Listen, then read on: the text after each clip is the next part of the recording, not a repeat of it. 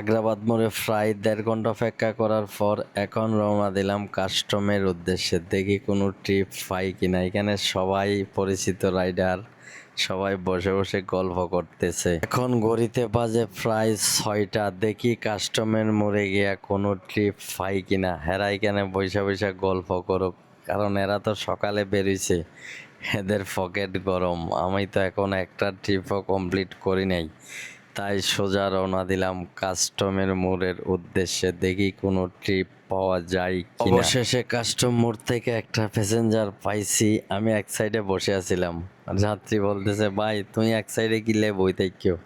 আমি যে কাকু কিছু ভালো লাগতেছে না। উনি আর্জেন্টিনার খুবই ভক্ত, হজে আজিয়া যদি আর্জেন্টিনা জিতে হয় সবাইরে চা বিস্কুট খাওয়াইম।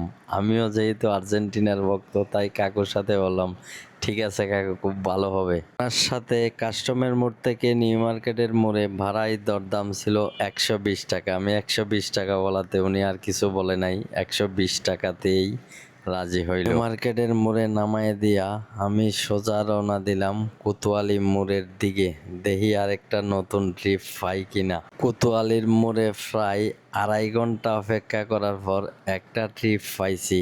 যাত্রী যাবে কোতোয়ালি মোড় থাইকা আকমল আলী পকেট গেটের একটু আগে। আমি বলছিলাম ২৫০ টাকা দিয়েন না, যাত্রী বলছে ২০০ টাকা দিবে। আমি বললাম ঠিক আছে ভাই, চলেন ২০০ টাকা দিয়েই আপনাকে নিয়ে যাব। প্যাসেঞ্জারকে নিয়ে আকমল আলী গেট পৌঁছাইতে আমার সময় লাগে প্রায় ৪৫ মিনিট।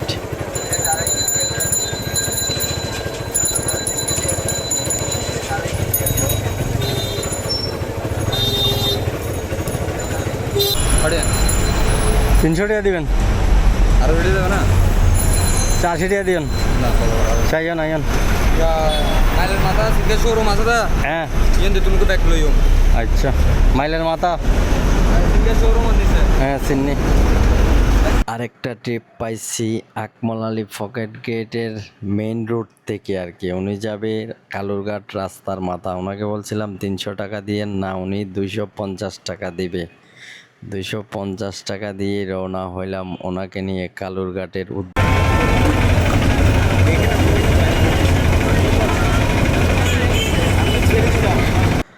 কালুরঘাট রাস্তার মাথা। প্রায় ২ ঘন্টা অপেক্ষা করার পর কোনো ট্রিপ পাই নাই, তাই বাসার উদ্দেশ্যে রওনা দিলাম।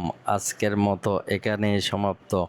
সবাই ভালো থাকবেন। Good bye, tata, good night.